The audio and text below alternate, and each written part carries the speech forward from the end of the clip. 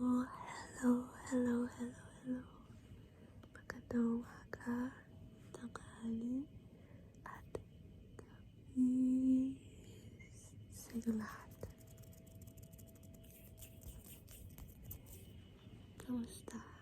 Kamusta kayong lahat? Kamusta? Hindi ko alam kung magta 3 months na akong hindi nag-upload or magta 2 months pa lang, pero feeling ko medyo matagal-tagal din ako nawala, kaya namiss ko kayong lahat. Lahat.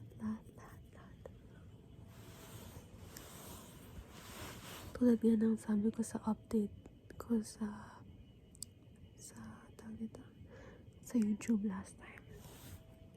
Hindi ako nakapag-upload kasi nagkasakit ako. Actually, hanggang ngayon may sakit pa rin ako kasi hindi ko alam kung naging weaker ba yung immune system ko. Pero in a month, I get sick multiple times. Like siguro, pang second ko na to for the month of February. And kumakain naman ako ng tama. Tinatake care ko naman yung sarili ko, pero madali rin kasi akong mahawa. Yung isa kong kapatid, medyo sakitin siya. Kaya, pag meron siyang sakit, like let's say, meron siyang lagnat, ubo, nahawa rin ako. Nahahawa rin ako. Pero yun. So, ngayon meron akong sipon. And I hope hindi lumala tong sipon na to.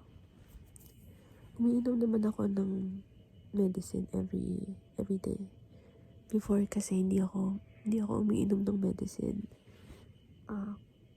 Kumakain ako ng masustansya, pero hindi ko balik kung may sakit ako, papabayaan ko na lang. Like, hihintayin ko na lang na lumala. Hihintayin ko na lang na mawala. Pero nung nag-try ako kasi one time, parang ayoko na magkasakit kasi nga ang tagal kong nagkasakit. Kaya nag-medicine ako araw-araw. And nag-improve naman yung health ko. Kaya ayun, nag-medicine ako. Nag-take ako ng medicine araw-araw. And I hope kayo rin, kung magkasakit kayo, inom kayo ng gamot agad para hindi lumala yung sakit nyo.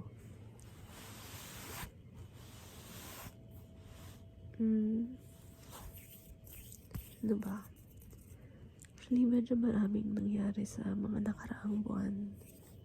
Pero hindi, masasabi ko na yung mga nangyari naman ay magaganda. Bukod sa nagkasakit ako, hindi ko umukay rin yung situation sa personal life ko. Kaya, ayun, naisipan ko mag-film ulit as a token of gratitude. And dahil yun nga, na-miss ko rin kayong lahat. Kahit mga 5 lang kayo or 10, na-appreciate ko kayong lahat.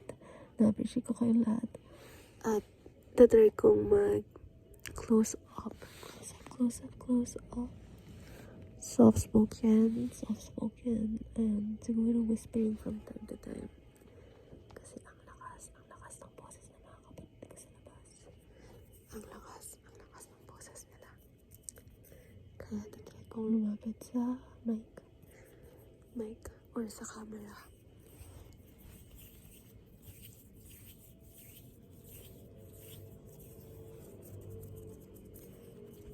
Ano pa bang ganap sa buhay ko?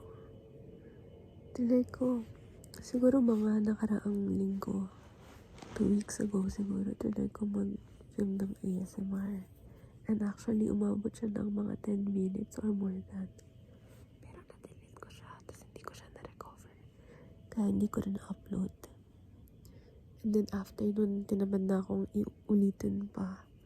Kasi yun nga, medyo mahaba siya. Hindi ko na alam yung mga sinabi ko dun sa video na yun. Pero nag-ramble lang ako. Kasi kadalasan naman nang ina-upload ko dito rambles. Kasi minsan wala akong maisip na content. And nagugustuhan nyo rin naman yung ramble or yung mga soft-spoken ASMR. So, ayan.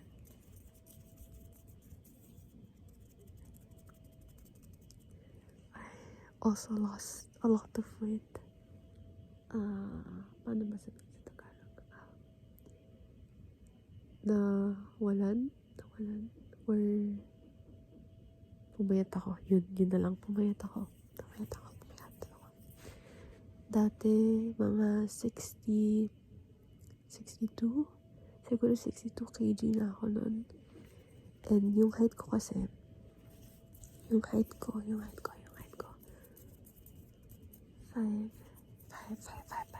5'5". So, hindi naman siya considered as overweight. Pero medyo malapit na siguro. So parang medyo na-concern na ako. I mean, hindi siya overweight. Hindi naman ako overweight. Never ako naging mataba actually. Pero, yung nanay ko kasi, sinabihan ako na mataba. Tapos, parang na-offend ako. Or, yung lola ko rin, sinabihan ako na mataba. Kaya magpapayat ako. Kumakain ako ng rice once a day na lang.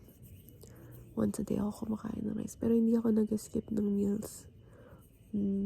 So, bale, kung hindi ako kakain ng rice, kinakain ko bread, or cereal, or anything na carb din, or noodles, ganun. Pero hindi ako kumakain ng, panghapon, dinner. Hindi ako kumakain ng dinner. Kasi pag kumakain ka sa gabi, mas nakakataba. Kaya hindi ako kumakain ng dinner. And okay naman ako. Hindi ko sinastarve yung sarili ko. Kasi kahit 2 times a day lang ako kumakain, make sure ko na marami akong kainin. Wala akong tissue pang ng sipon. Pero ayan. Kaya from mga 62 kg, yung na ako ngayon, 49. Medyo close na siya sa underweight.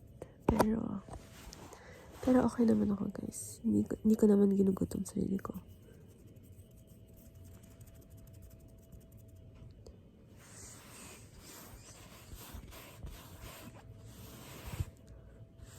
Before talaga, sobrang takaw ko sa rice. As in, minsan, kahit hindi ako gutom, 3 cups of rice ako. Pag masarap yung ulam. Kasi hindi ako masyado sa ulam masyado ako sa rice dati. Mas gusto ko ng rice. Pero nakakataba kasi yung rice, kaya tinigilan ko muna. Tinigilan ko muna. Hindi na rin ako nag-sweets. Bale nagsisweets ako from time to time, pero hindi ko siya hinahanap. Kung meron magbibigay sa akin or mag-offer sa akin, kinakain ko naman, pero hindi yung bibili ako ng sweets mismo.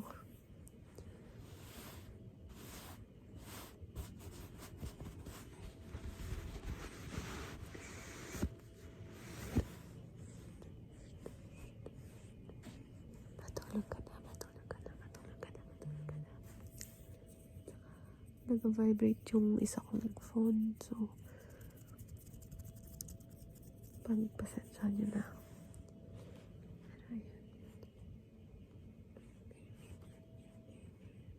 Gusto ko sana mag-ASMR roleplays, kaso yun ko ba, napaka-time consuming din kasi. Pero pag nag-roleplay naman ako, usually wala akong script. Kung ano lang maisip ko, yun lang yung sasabihin ko.